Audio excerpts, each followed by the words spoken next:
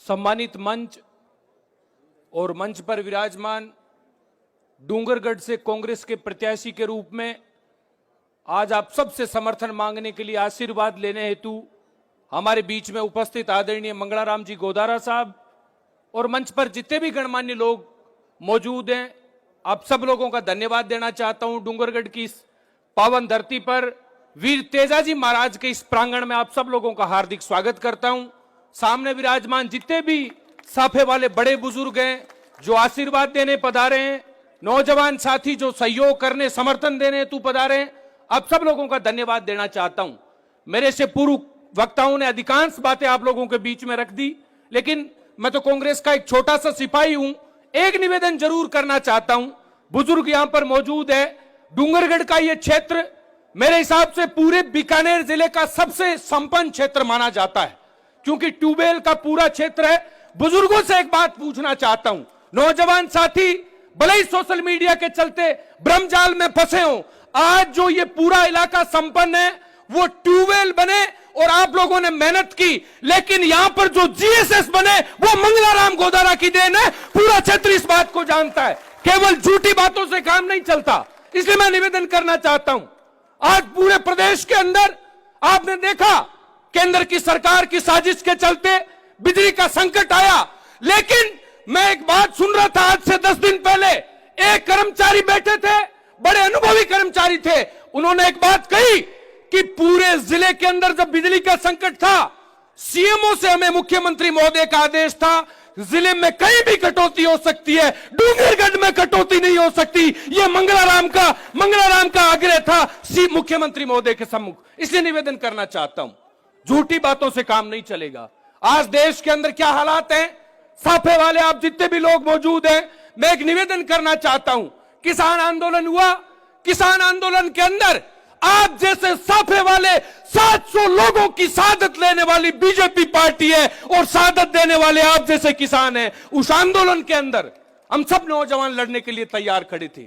आज देश की सरकार से, बीजेपी से बदला लेने का मौका है, जिन्होंने किसान की पजड़ी को ठोकर मारने का काम किया है। आप सबके बच्चे आप ट्यूबवेलों पर मेहनत करते हैं, पसीना बहाते हैं, खून बहाते हैं इसलिए कि मेरा बेटा पढ़ लिख कर आगे बढ़े, लेकिन आज नौजवान बेरोजगार होकर डिग्री लेकर जो सड़क पर भटक रहा है, आत्महत्या कर रहा है, उसका कारण बीजेपी है। देश में कई रोजगार मिला तो राजस्थान के अंदर मिला, कांग्रेस की सरकार ने दिया। इसलिए मैं निवेदन करना चाहता हूं, पूर्व में जब कांग्रेस की सरकार थी 18 से लेकर 23 तक, उस समय अगर डूंगरगढ़ के अंदर आपका विधायक होता, आज जितने काम हुए उससे 100 गुना काम होते। मैं जानता हूं इस बात को, आप सब जानते हैं इस बात को। पूरे प्रदेश के अंदर जिस प्रकार का माहौल है, पूर्ण बहुमत के साथ कांग्रेस की सरकार बनने जा रही है। मैं एक निवेदन करके जाना चाहता हूं, जितनी बड़ी जीत डूंगरगढ़ के मतदाता मंगलाराम जी की झोली में डालेंगे, उतना ही बड़ा सम्मान प्रदेश के मुखिया आपको देंगे। यह आपको विश्वास दिलाकर जाना चाहता हूं। भ्रमजाल फैलाने वाले सब लोग आप लोगों के बीच में आएंगे।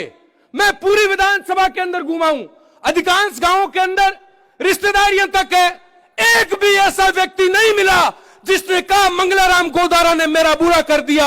हर आदमी के दिल में जगह बनाई है ईमानदारी से काम करके, ये सब जानते हैं। चुनाव के इस समय तरह तरह की बातें करने वाले लोग आएंगे। एक ऐसा शालीन चेहरा जिसने भाई से भाई को मिलाने का काम किया है, किसान की इस पगड़ी का सम्मान रखने का काम किया है। अंत में 2 लाइनों के माध्यम से अपनी बात समाप्त करना चाहता हूं।